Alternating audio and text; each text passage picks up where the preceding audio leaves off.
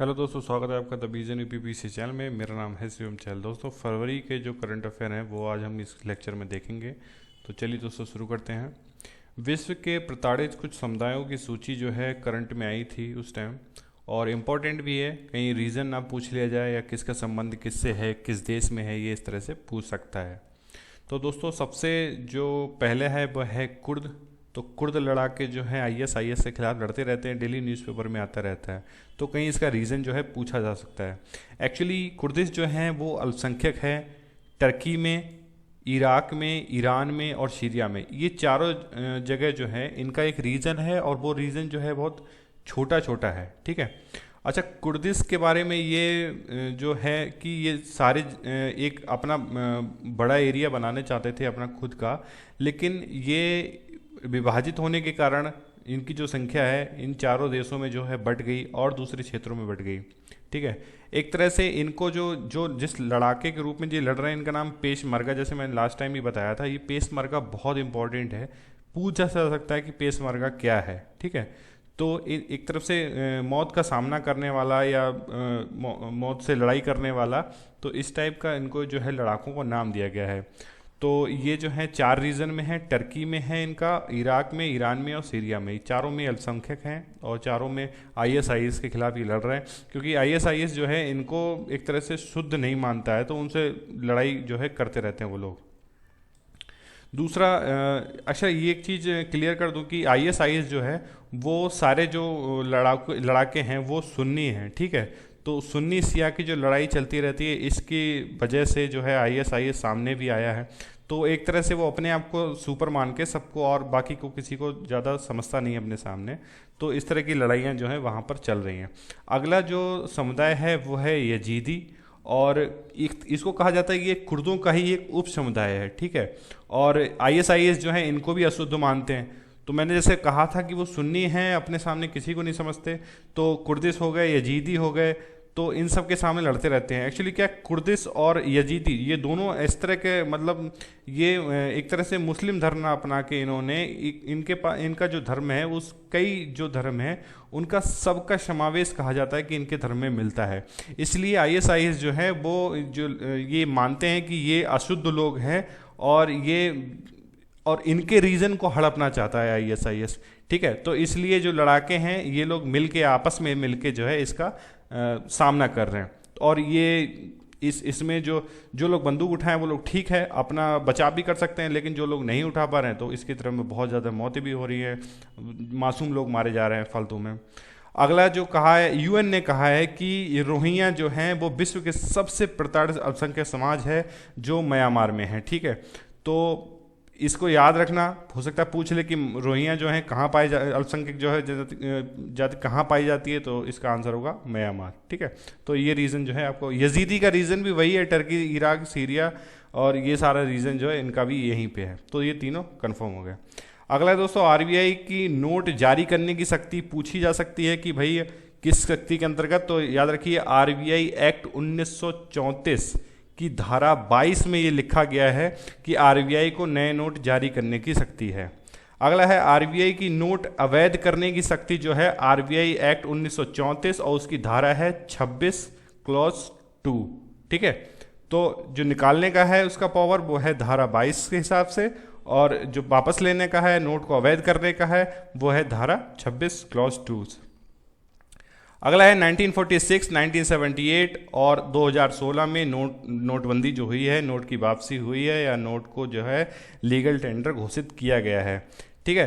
तो इसमें 1978 में 1000 का, 5000 का और 10,000 का 3 नोट जो हैं बंद कर दिए गए थे। और उसके बाद में जो 2016 है उसमें 500 और 1000। ठीक है। तो यहाँ हो सकता है करेंसी भी पूछ ली जाए, तो 3 बार ये हुआ है अब तक। अंतर्राज्यीय नदी जल विवाद अधिनियम 1956। ठीक है। ये पूछा जाता है कि कौन सा अधिनियम आया, मतलब अंतर्राज्यीय जल विवाद अधिनियम कब आया था। तो ठीक है, उसकी डेट है 1956, और कॉन्स्टिट्यूशन में भी इसको डाला गया है। तो आर्टिकल 262 इससे जुड़ा हुआ है, और संविधान का अगर भाग देखें तो केंद्र राज्य संबंध है भाग 11, तो उसमें इसका उल्लेख किया गया है। कुछ जो नदी जल विवाद हैं, एक्चुअली हो क्या रहा है कि अब इतना ज़्यादा फैलाव हो गया है इसमें कि गवर्नमेंट एक और अथॉरिटी बनाना चाहती है इसके ऊपर। तो इस टाइप का कुछ आया था न्यूज़ में, इसलिए थोड़ा हाईलाइट रहा था। कुछ ये जो ट्रिब्यूनल बने थे तो उनके बारे में हम देख सकते हैं। कृष्णा नदी पर जो है सबसे पहले ट्रिब्यूनल बनाया गया था और उसमें लड़ाई थी महाराष्ट्र, आंध्र प्रदेश और कर्नाटक के बीच में, और ये बना था अप्रैल 1969 में, ठीक है। उसके बाद गोदावरी में भी महाराष्ट्र, आंध्र प्रदेश, कर्नाटक, एमपी, उड़ीसा, ठीक है। इसमें थोड़ा हाईलाइट यहाँ देखने वाली बात है, एमपी और उड़ीसा भी जो है इसमें शामिल थे, ठीक है। ये तो नॉर्मल आ जाता है दिमाग में, यहाँ थोड़ा कच्चा खाते हैं लोग, तो याद रखिए एमपी और उड़ीसा भी इसमें शामिल थे। और अप्रैल 1969 में भी इसका गठन हुआ। अगला है नर्मदा पे, तो राजस्थान, एमपी, गुजरात और महाराष्ट्र तीनों में लड़ाई थी, ये बना था अक्टूबर 1969 में। चौथा दोस्तों, रावी और ब्यास पर लड़ाई हुई थी पंजाब हरियाणा में, अप्रैल 1986 में इसका गठन हुआ। फिर बाद में कावेरी पर केरल, कर्नाटक, तमिलनाडु और पुदुचेरी, ठीक है, इसका हुआ है जून 1990 में। और लास्ट में जो सबसे नया है वो है कृष्णा के ऊपर एक फिर से गठन हुआ है महाराष्ट्र, आंध्र प्रदेश और कर्नाटक के बीच में, और ये जो था अप्रैल 2004 में गठन हुआ था। और इंटरनेशनल के हिसाब से अगर हम देखें तो भारत का किस किस समझौता हो, तो भारत ये सिंधु नदी जल समझौता बहुत इंपॉर्टेंट है, 1960 में हुआ था पाकिस्तान के साथ में। अभी इंडिया ने कहा था कि हम इसको तोड़ देंगे, लेकिन बाद में कुछ मामला जो है नहीं बना, तो उसकी समीक्षा के लिए छोड़ दिया है। महाकाली नदी समझौता 1997 में नेपाल के साथ में हमारा हुआ है। तिस्ता नदी समझौता जो है विचाराधीन है, उम्मीद की जा रही है कि आने वाले सालों में ये हो जाएगा, और ये हम बांग्लादेश के साथ में करने जा रहे हैं।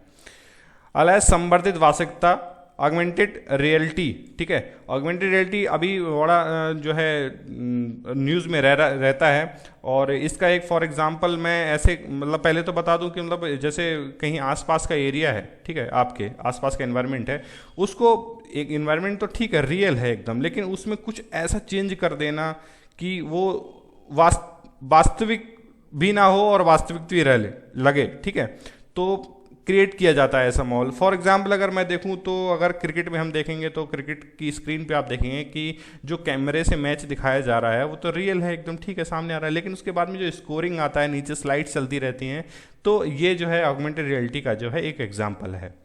दिव्यांग व्यक्ति अधिकार विधेयक 2016, ठीक है, संशोधन हुआ है इसमें। सबसे पहले ये आया था 1995 में, ठीक है, 1995 में दिव्यांगों के लिए अधिनियम आया था, उसमें जो है चेंज किया गया है 2016 में, और इसमें 120 संशोधन किए गए हैं। ये इंपॉर्टेंट है, पहला तो ये 1995 में आया, 2016 अधिनियम में विधेयक में संशोधन किया गया है, तो इसमें 120 संशोधन हुए हैं।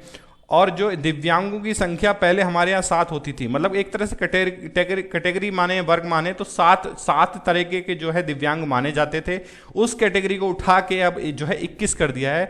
मतलब उन्होंने कहा है कि 21 तरह की दिव्यांगता को जो है आधार यहाँ पर माना गया है, ठीक है। पहले 7 तो समझ लीजिए कितने लोग बाहर निकल गए होंगे, और 21 होने से कितने लोग ऐड हो गए होंगे इसमें, तो पहले 7 थी, अब इसको बढ़ा के 21 कर दिया गया है कैटेगरी को, ठीक है। तो इसमें आरक्षण को भी जो है अब 4% कर दिया गया, शायद पहले 2% था, अब लेकिन 4% है, ये आप याद रखिए। और 40% से ज़्यादा दिव्यांग होगा कोई व्यक्ति तो उसको शिक्षा में, नौकरी में, हर जगह जो है आरक्षण उसको मिलेगा। और यहाँ पे एक मेजर चेंज ये, दिव्यांग से भेदभाव करने पर 6 माह से 2 साल तक की सजा का प्रावधान भी सरकार ने अब कर दिया है। तो दोस्तों दिव्यांग बहुत इंपॉर्टेंट है। सबसे पहला 1995 में आया, 120 संशोधन हुए, 7 कैटेगरी थी, बढ़ा के 21 कर दी हैं, 4% आरक्षण कर दिया है, और 40% से ज़्यादा दिव्यांगता होगी किसी के अंदर तो सरकारी में, शिक्षा में और आवागमन में कहीं भी जो है उसको आरक्षण मिलेगा। और उसके बाद में सजा का प्रावधान है, 6 माह से 2 साल तक की आपको सजा भी हो सकती है। पूछा जा सकता है इंचियोंग कार्यनीति क्या है, इसका संबंध किससे है, तो याद रखिए विकलांग व्यक्तियों के अधिकार को सारोकार करने की नीति से संबंधित है ये। तो इंचियोंग कार्यनीति, भारत ने 2 कार्यक्रम इस पर चलाए हैं, एक तो है सुगम भारत अभियान, 3 दिसंबर 2015 से ये शुरू किया गया है दिव्यांगों के लिए, और स्वावलंबन एक योजना कर शुरू की है, दिव्यांग व्यक्ति में कौशल विकास करना है, और इसका टारगेट है कि 2022 तक हमको 25 लाख प्रशिक्षण लोगों को देना है, दिव्यांग लोगों को, ठीक है।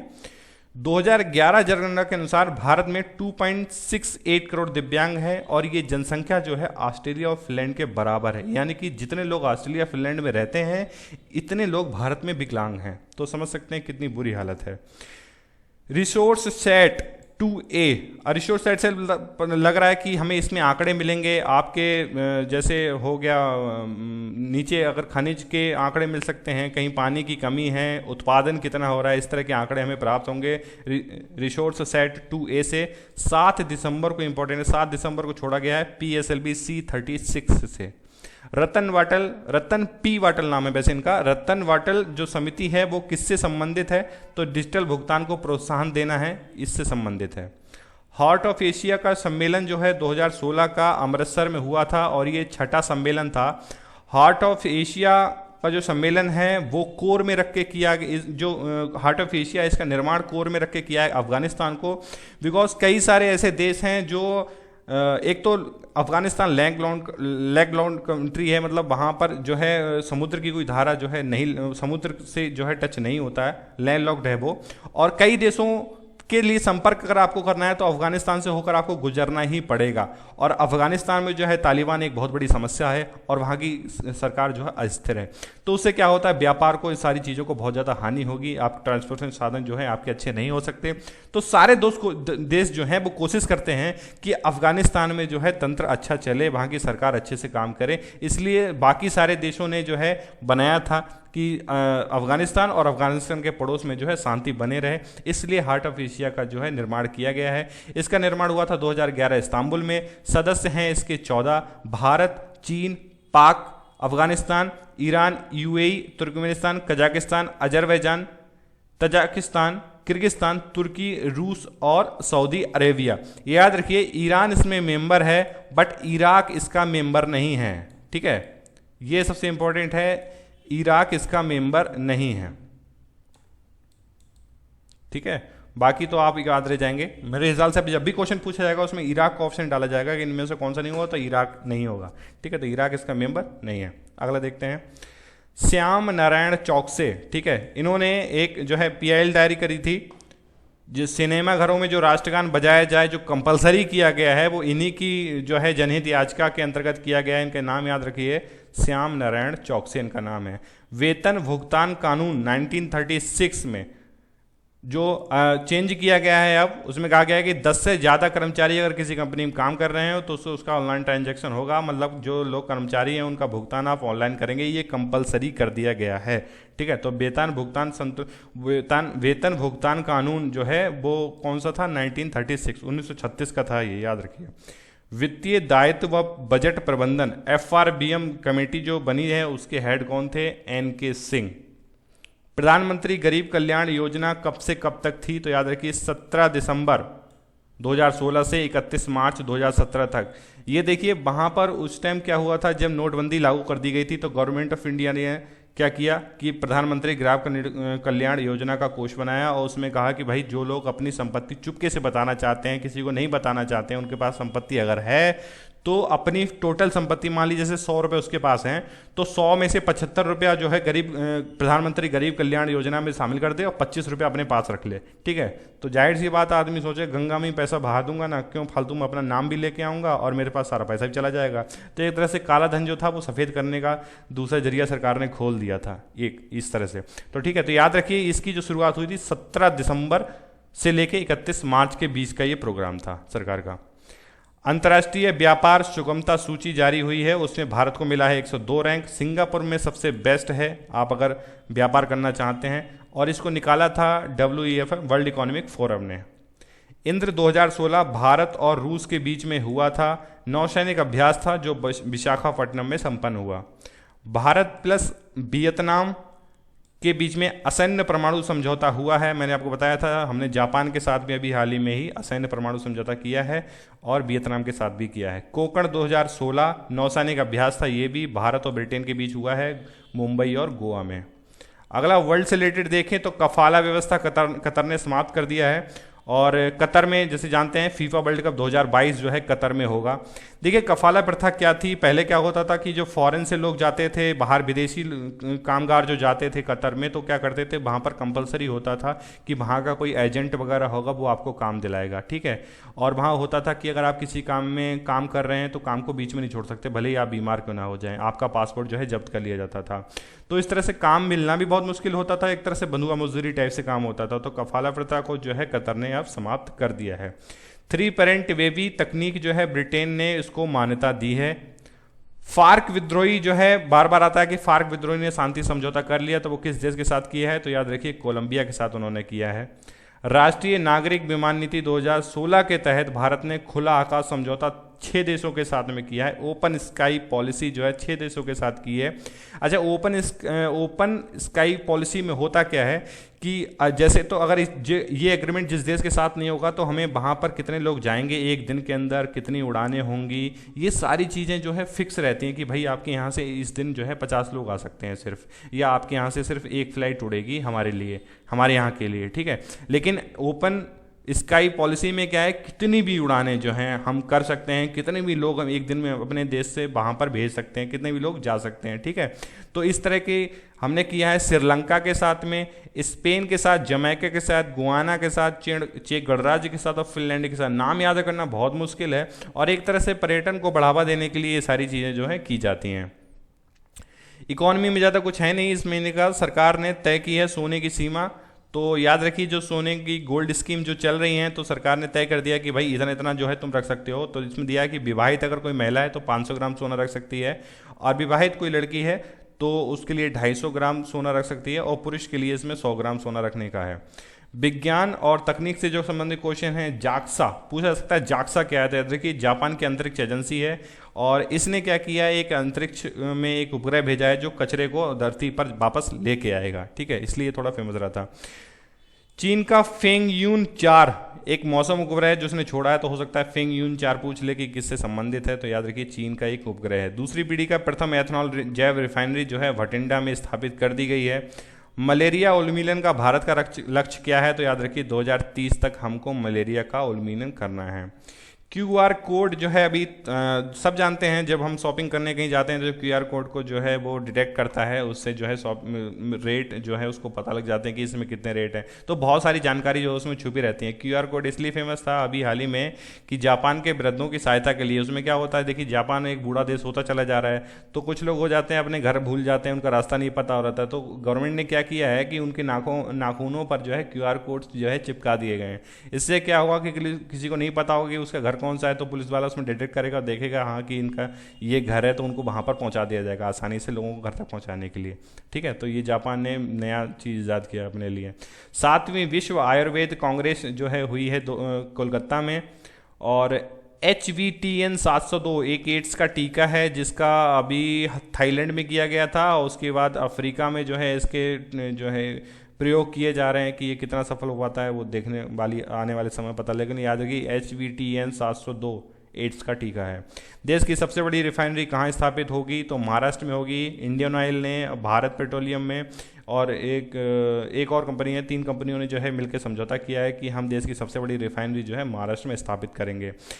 ग्रीन बिल्डिंग्स, हरित इमारत में वर्ल्ड में रैंकिंग जारी की गई, तो हरित इमारतें सबसे ज़्यादा जो हैं चीन में हैं, फिर कनाडा में है, उसके बाद भारत जो है तीसरे नंबर पे आता है ग्रीन बिल्डिंग्स के डेवलपमेंट में। ग्रीन बिल्डिंग्स होती क्या है, देखिए ग्रीन बिल्डिंग्स में क्या हो जाता है कि ज़्यादा से ज़्यादा प्राकृतिक रूप से आप जो है उसके ऊपर डिपेंड रहें, आप बिजली की बचत करें, ठीक है, आप पानी की बचत करें। तो इन सारी चीज़ों को जो है जोड़ा जाता है कि घर को बनाया जा रहा है तो घर में कितना प्रकाश आ रहा है, किस तरह से बिल्डिंग्स को डेवलप किया जा रहा है। तो इस सारी चीज़ों में भारत जो है तीसरे नंबर पे है।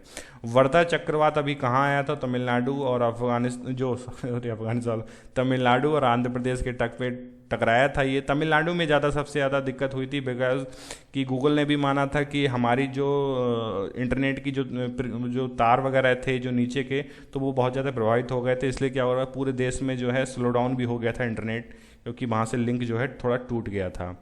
इंटरनेट की स्पीड की अभी आंकड़े जारी हुए हैं, तो दक्षिण कोरिया इंटरनेट की स्पीड में विश्व में सबसे तेज है, वहाँ पर आती है 26 Mbps की स्पीड, और वो होती है औसतन स्पीड है ये 26 Mbps, और भारत की रैंक है 114, यहाँ पर औसतन जो स्पीड है वो 3.5 Mbps है।